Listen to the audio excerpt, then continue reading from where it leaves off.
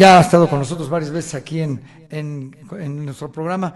María Larriba, ella es, como usted lo sabe, es experta en aviación y controladora aérea. Qué gusto saludarla, maestra. ¿Cómo está usted?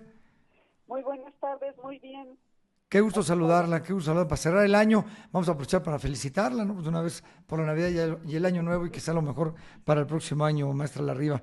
Oiga, Muchas gracias. ¿qué ¿Qué tan pasa? fácil o difícil es que puedan desviar un avión como este, de repente que lo desvíen con el pretexto que sea? Pero, a ver, explíquenos un poquito cómo se puede dar lo que sucedió en este vuelo que iba al Bajío y se fue a Tijuana. Bueno, lo más importante es decir que cada vez es más difícil hacerlo. Mm, ¿Por qué? Porque después de los eventos en los Estados Unidos, las medidas de seguridad se han endurecido, pero es antes de abordar el sí, vuelo, ¿no? sí, exacto. Entonces, eso nos garantiza que ese tipo no estaba armado, ¿no? Que eso es lo que se busca con el procedimiento de seguridad. Ahora, ¿qué tenemos que cuidar aquí? Segundo, entender la importancia de mantener actualizados a los tripulantes y entrenados para este tipo de situaciones. O sea, el batallar pasajeros latosos o que Ujú. causan problemas requiere un entrenamiento. La tripulación tiene que estar entrenada para ello. Ahora, ¿qué sucede? Que los mecanismos de seguridad a bordo del avión se determinan de acuerdo al riesgo de la ruta. Voy con un ejemplo. Por ejemplo, las aerolíneas israelitas tienen mecanismos de seguridad adicionales en todos los aeropuertos donde operan y tienen personal de seguridad a bordo del avión. ¿Por qué? Porque su nivel de riesgo es mayor. Nosotros no tenemos eso, pero hay aerolíneas que tienen inclusive marshals, o sea, gente dedicada a la seguridad a bordo del avión. Uh-huh. Bueno, ahora, número 3. Hablando del nivel de riesgo, ¿qué necesitan las aerolíneas traer adentro? Bueno, existen pantallas antibalas, existen inmovilizadores para inmovilizar a los pasajeros Ujú. o inclusive un entrenamiento para el sometimiento de los mismos y mantenerlos hasta amarrados hasta que lleguen al destino. Ahora, una cosa importante que hay que atender es que por ningún motivo los pilotos deben de salir de la cabina, porque eso implica un riesgo para todas las personas y para los bienes. Entonces, la tripulación de cabina, que son los sobrecargos, son quienes deben manejar esto. Y aprovecho para decirle a la gente que los sobrecargos no nada más sirven café, tienen unas labores de seguridad y deben de estar entrenadas para el manejo de este tipo de situaciones.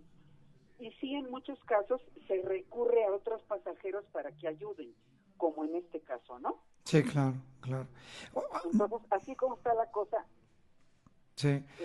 también es importante que los pasajeros atiendan las indicaciones de seguridad que dan los sobrecargos, porque todos están con el telefonito y la pantallita, y a la hora que hay una emergencia, y la persona que está sentada en la salida de emergencia no sabe qué hacer, pone en riesgo al resto de los pasajeros.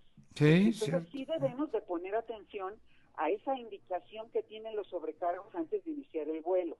Ujú, Uh-huh. ujú. Y otra cuestión es, se deben extremar precauciones de qué personas están en salidas de emergencia, porque muchas veces ponen niños, Ujú. personas obesas, personas mayores.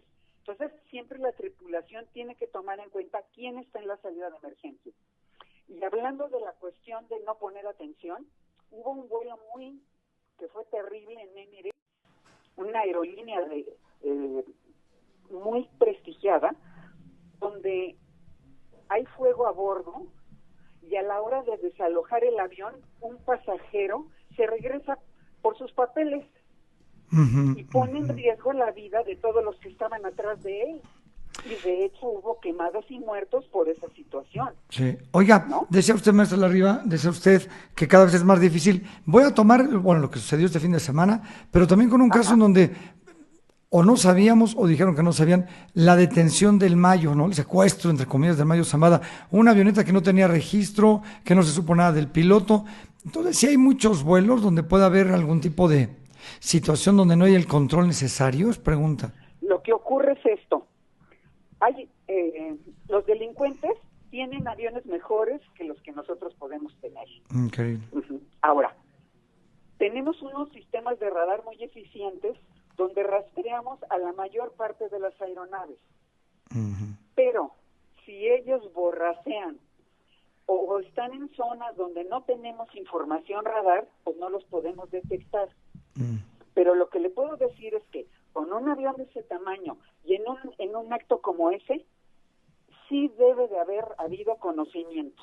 Okay. Que no nos quieran dar la información es otro caso, pero yo creo que sí hubo información de alguna autoridad o de personal del aeropuerto que contribuyó a que eso ocurriera, porque no era un avión tan pequeño como para que no pudiéramos detectarlo, digamos, ¿no?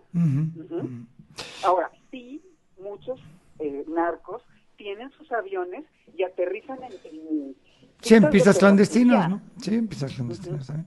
Oiga, maestra Rivas, no sabe qué gusto me da saludarla. Le reitero nuestro agradecimiento porque siempre es tan gentil y tomaron la llamada y que tenga muy feliz año, porque no creo que de aquí al 31 nos hablemos, pero el próximo año le va a estar dando lata. Con mucho gusto. Que tengan muy buen día todos. Muchas gracias, María.